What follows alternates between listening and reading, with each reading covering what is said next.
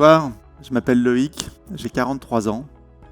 Dealer ou fils à papa, j'aurais dû être. Entrepreneur, je suis devenu. Alors ce soir, c'est l'histoire de ce petit garçon que j'ai au fond de mon cœur que je vais essayer de vous raconter. Ce petit garçon, il commence déjà avec une carrière exceptionnelle. J'ai été un cancre.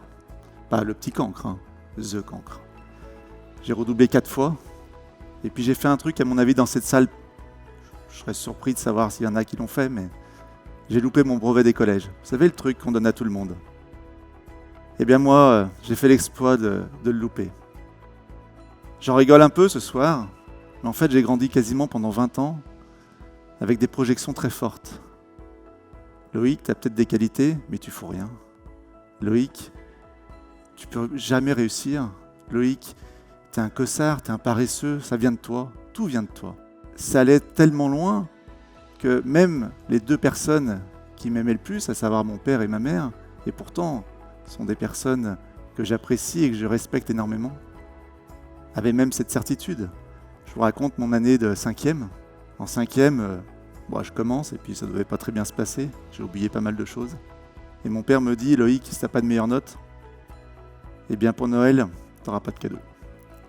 J'ai pas eu de meilleures notes. Vous voyez ce que j'ai ici? Je l'ai pris ce matin, je ne l'avais pas préparé. J'ai vu défiler tous les cadeaux pour mes frères et sœurs, pour mes cousins, mes cousines. Et puis je pense que ma petite maman, avec qui je suis assez dur en général, ça devait être trop dur pour elle de voir son petit garçon un peu comme ça. Et donc, elle m'a offert, elle a dû sortir ça de son armoire. C'est ni plus ni moins qu'une brosse pour cirer les chaussures. Alors je vous assure, j'ai horreur de cirer les pompes pour ceux qui me connaissent. Mais ce que j'ai dit à ma femme, à Morgane, ce truc-là, jamais tu me le jettes. Et puis mon père, plein de bonnes intentions, c'est sûr, mais d'une grande maladresse, c'était pas la même époque. Il me dit, Loïc, je vais pas lâcher, hein. C'est pour ton bien. Si tu t'améliores pas dans tes notes, eh bien en février, tu skieras pas. J'ai 12 ans, j'ai qu'un seul rêve dans la vie, c'est d'être guide de haute montagne. Je vous le donne en 1000, j'ai pas eu de meilleure note. Pourtant, je vous assure, j'ai essayé. J'essayais vraiment. Et donc, je suis monté au ski et je suis resté une semaine. Une semaine à rêver derrière la vitre et puis à rien faire. J'ai eu une chance d'avoir un parrain exceptionnel qui était là par hasard. Et puis, c'était son anniversaire. Il a réussi à demander à mon père comme cadeau pour lui que son filleul puisse skier une journée. Je vous le donne en 1000. L'année a continué et c'était mon premier redoublement. Dans l'institution dans laquelle j'étais, on appelait ça un réapprofondissement. J'en ai réapprofondi un paquet d'années, ça n'a jamais rien servi. Tout ça, je le conscientisais un peu, mais bon, j'avançais. Et puis il y a 3 ans, par le plus grand des hasards de la vie, je me retrouve dans mon canapé, chez moi, tout seul, ce qui est assez rare. Ce qui est encore plus rare, j'allume la télé. Et là, ce qui est encore plus rare, je tombe sur la 3, sur un documentaire. J'avais jamais prévu, j'avais jamais vu ce truc. Le documentaire s'appelle Cancre. Et là, la journaliste fait passer plein de personnes, un peu le même profil que moi, en expliquant plein de choses et leur parcours. Et comme quoi on pouvait quand même réussir en étant un cancre. Et au bout d'un moment, elle explique très clairement que c'était pas l'élève, c'était pas l'individu qui était en échec, mais bien le système éducatif du moment qui était en échec avec ce type de profil. Et puis elle dit autre chose de très fort. Elle dit le système éducatif de l'époque et actuelle peut réussir, sans en avoir l'intention, à humilier ces profils-là. Et là, je me suis fait rattraper par mes émotions. J'ai 40 ans, je suis dans mon canapé, je suis tout seul, et je tombe en larmes. Littéralement en larmes. J'ai digéré tout ça, et je me suis dit, Loïc, il faut que tu en fasses quelque chose. Il faut que tu en fasses quelque chose pour 2 raisons. La première, c'est qu'il y a plus de 150 000 gamins encore aujourd'hui dans cette situation. La seconde, et donc le témoignage est important pour moi. La seconde, c'est que je commençais à avoir un peu de bouteille dans le développement personnel et je me disais, cette blessure, j'en avais conscience, mais j'en avais pas vraiment mesuré la dimension. Il faut que tu la transformes en pépite. Alors, je suis là ce soir devant vous pour continuer à vous expliquer ce parcours. J'ai reçu un peu des coups jusqu'à l'âge de 20 ans par rapport à mon parcours. En plus, étant dans un milieu plutôt bourgeois, j'avais plein de copains qui faisaient des études de droit, des écoles de commerce et compagnie, puis moi j'étais là à essayer d'errer tranquillou, tant bien que mal. Et puis à un moment donné, j'étais en train de faire un BTS de technologie végétale. Pour ceux qui ne connaissent pas, grosso modo, on cherchait à former un petit gars de Lyon, place Bellecour, à donner des conseils à des agriculteurs. En termes d'alignement, je vous assure, il y a mieux. Et puis, je continuais, j'étais bien convaincu que ce n'était pas un truc pour moi, que j'allais encore planter ce BTS. Et puis, je tombe sur une documentation d'une école, l'Institut supérieur d'agronomie à Lille, une école d'ingénieurs, et qui avait un professeur Nimbus, je l'ai appris après, un véritable père pour moi, Pierre Bayon, qui proposait une pédagogie totalement différente, une pédagogie active, c'est-à-dire qu'il n'y a plus de prof. On est acteur de sa formation, on est acteur d'aller chercher la connaissance et son savoir, encadré par des mecs plutôt de très bon niveau, des chercheurs ou autres, et qui sont là pour voir si ce qu'on est allé faire est à peu près dans les clous. Puis il avait une autre force, c'est qu'il considérait qu'évaluer le potentiel d'un gamin, c'est super dur. Un concours, c'est excluant. Un concours, c'est beaucoup d'inégalités. Et donc lui, à l'inverse d'une école d'ingénieurs classique, avait considéré qu'il fallait taper assez large à l'entrée. Par contre, à l'inverse d'une école d'ingénieurs classique, la sortie était beaucoup plus dure. Et il y avait 30% d'échecs. Mais comme il le faisait par la voie de l'apprentissage, eh bien, dans le pire des cas, on était des super techniciens. Je suis rentré de cette école, j'ai dit à mon père, je le sens, papa, j'y vais. Le contexte a changé, je n'ai pas changé. Jamais j'avais cette intention, ça me paraissait inaccessible pour moi. 3 ans après, je termine major de promo. 3 ans après, j'étais en alternance dans une entreprise lyonnaise qui s'appelle Tarvel, avec un mec que j'apprécie énormément, Emmanuel Moni. Ce mec-là, il m'a laissé beaucoup de chance, il m'a dit « Vas-y Loïc, monte tes agences, vas-y, prends des projets ». Et donc d'un seul coup, je me suis retrouvé, moi le cancre lyonnais, avec le mec qu'il fallait avoir dans son entreprise d'espace vert. Ça a été une vraie révélation. Alors j'ai grandi, j'ai avancé, j'ai continué. Puis au bout d'un moment, au bout de 10 ans, j'ai voulu voler de mes propres ailes et j'ai pris un poste de dirigeant salarié dans une entreprise d'espace vert et d'insertion, 2008. Crise économique, et puis j'ai fait que des erreurs. Je me suis littéralement planté. Qu'est-ce qui s'est passé? Le syndrome de l'imposteur, il est arrivé Macbal. En fait, pendant 10 ans, tu as eu de la chance. Et puis, en fait, tu es vraiment nul. Et là, tu t'es planté parce que ça vient de toi et tout le monde va s'en rendre compte. Ce que j'avais un petit peu minimisé, c'est que ce fameux Pierre Bayon m'avait dit une chose, Loïc, sois toujours entrepreneur de ta vie. Il m'avait incité à faire du développement personnel. Il m'avait incité à augmenter en conscience sur qui j'étais. Et sans le savoir et sans vraiment l'imaginer, j'avais vraiment renforcé ma force intérieure. Puis il m'avait dit autre chose, ose, sois acteur et démerde-toi. Et donc là, au lieu de m'écrouler cette fois-ci, je me suis dit, qu'est-ce qui se passe? Vas-y, essaye de comprendre. J'ai la chance d'avoir grandi dans une entreprise qui est un hôtel, place Bellecour, l'hôtel Globe et Cécile, pour ceux qui le connaissent. Entreprise familiale, 150 ans d'histoire. Ma mère a travaillé 50 ans dans cet établissement et on a grandi dedans. Et je dis ça à tout le monde en disant, je vais reprendre l'hôtel, je pense que je le sens, j'ai envie. Tout le monde m'a dit non. Tout le monde. Tu vas pas y aller, ta mère, 50 ans, tu trouveras pas ta place. Et pourtant, je le sentais. Ce fameux Pierre Bayon, effectivement, il y a des rencontres dans la vie, c'est comme ça. Qui me dit, Loïc, c'est un tel aimant en toi, va voir ce qui s'y passe. C'est pas possible autrement. Donc je suis allé voir ma mère, je lui ai dit, maman, est-ce que ça te tente? Je reprends l'établissement. Et puis si dans 2 ans, on n'a pas défini les règles du jeu, je reviendrai dans mon ancien métier. Elle m'a dit, ok. J'ai fait une deuxième rencontre, à ce moment-là, c'est le CJD. Je ne l'ai jamais trop dit. Mais mes pères, vous m'avez fait un cadeau exceptionnel, c'est de me coopter co-président à l'époque. Jamais j'aurais imaginé, alors que j'avais une admiration totale pour certains d'entre vous, même pour l'ensemble, mais j'avais des parcours, des mecs qui étaient brillants, et qu'on me dise, on a envie de te faire confiance, et ça a été énorme en termes de renforcement de ma force intérieure.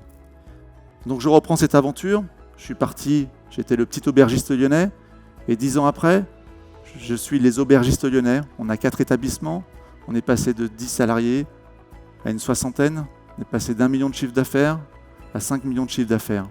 Alors on pourrait dire que c'est une belle réussite, mais ce soir, ce qui m'intéresse, c'est pas forcément cette partie visible de l'iceberg. Ce qui m'intéresse ce soir, c'est de vous parler de la partie invisible, celle de la vie d'un entrepreneur. 4 anecdotes très rapides. La première, quand je rachète cette entreprise, on parle de plusieurs millions, c'est une entreprise familiale, il y a du poids. Et moi, j'y connais rien en finance. J'ai un peu quelques idées, mais sinon, je ne suis pas un gestionnaire. Et je me dis, il n'y a pas de souci, il y a l'expert de comptable de famille, monsieur Bien, ça ne s'invente pas, qui est à mes côtés, ça devrait bien se passer. Je vous promets, on arrive chez l'avocat, pour tout signer avec ma mère et compagnie. Et là, monsieur bien, une fois que tout est terminé, ferme le dossier. Il me dit, bon, Loïc, je pars à la retraite. Ah, putain. Petit syndrome de l'imposteur, vous le voyez arriver tout doucement. Je dis, putain, c'est pas possible. Mais bon, j'étais de plus en plus ancré, de plus en plus aligné avec ce projet, avec cette volonté. Deuxième anecdote, il y a prescription, il y a plus de 10 ans. Tout était bien au clair, notamment avec ma mère, 50 ans d'histoire, elle a vécu dans cet établissement, a été séparée avec mon père, beaucoup d'émotions. On avait bien échangé, en tout cas je le pensais. Puis je dis, maman, écoute, pour le dossier, il y a un document administratif, il faut que tu signes un papier de mise à la retraite. Très bien, j'arrive. Elle arrive, le bureau n'est pas encore refait, c'est le bureau de mon grand-père. Vous imaginez un peu l'ambiance, le symbole un peu de partout. Ma mère me regarde les yeux dans les yeux. Elle me dit, là Loïc, tu me fais signer mon arrêt de mort. Mot pour mot. Je peux vous assurer que c'est uppercut. Si vous n'êtes pas aligné, bien ancré, vous ne vous relevez pas. J'ai regardé ma mère, je lui ai quand même dit, là maman, t'es pas très cool, parce que si t'arrive un truc sur le trottoir, je vais avoir du mal à m'en remettre. Troisième anecdote, en 2017, je décide de développer l'entreprise. Alors, je peux vous raconter que c'est le fruit d'une grande réflexion stratégique. Non, ça c'est des conneries. C'est uniquement ça, et parce que j'en ai envie. Ça me fait plaisir, j'ai envie de laisser une trace, j'ai envie de développer cette boîte.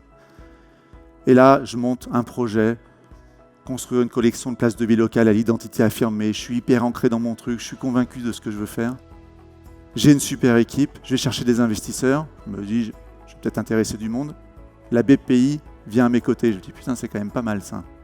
Super investisseur également dans le monde de l'hôtellerie, Extendam.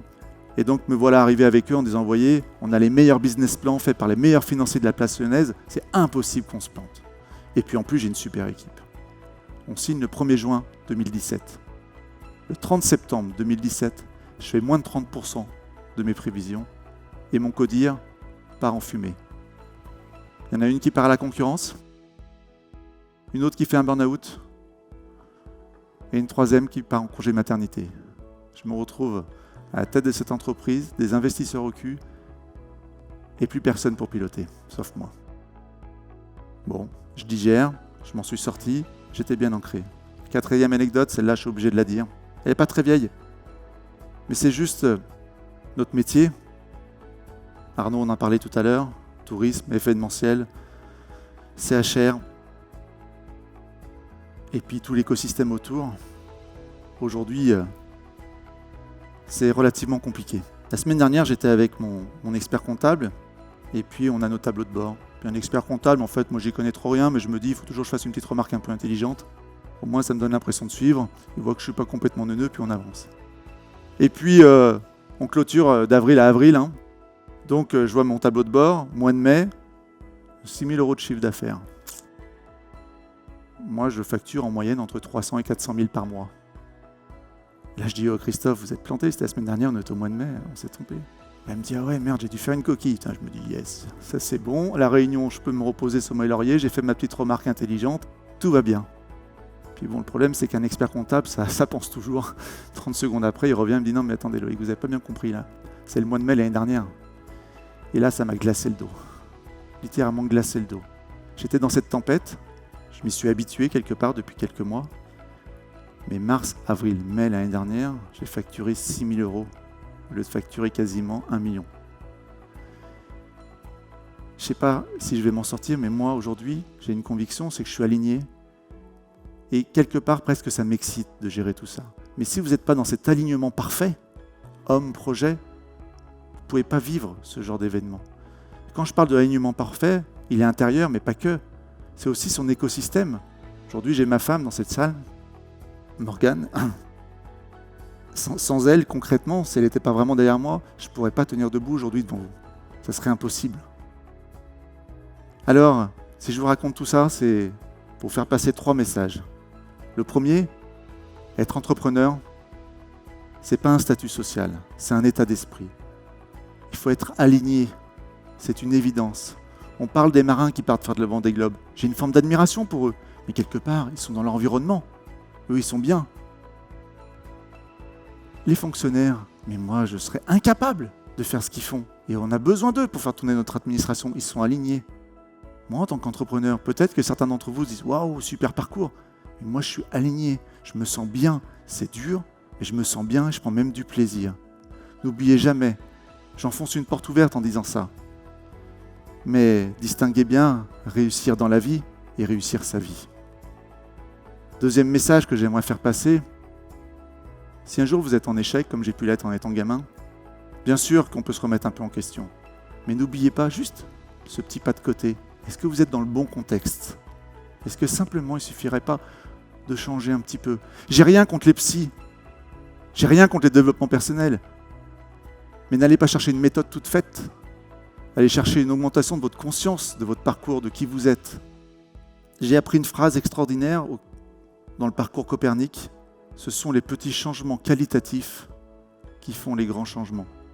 Alors ce soir, n'allez pas dire à votre femme que vous séparez, n'allez pas dire à votre mari que vous séparez, mais pensez ce soir en vous couchant, quels petits changements qualitatifs vous voulez mettre au service de votre force intérieure. Troisième message que j'aimerais vous faire passer, osez écouter vos intuitions. C'est primordial. On m'a dit depuis que je suis gamin, renard, arrête de rêver. Mais non, moi j'ai envie de vous dire, rêvez encore et encore. Pas forcément pour appliquer votre rêve, mais pour aller alimenter votre inconscient qui va vous permettre d'être hyper alerte au niveau de vos intuitions. Cette phrase, je ne sais pas de qui elle est, et je m'en fous un peu. L'intuition, c'est l'intelligence qui fait un excès de vitesse. Je terminerai sur ces quelques mots. Osez, soyez actrice, soyez acteur, et démerdez-vous avec force et tendresse. Merci.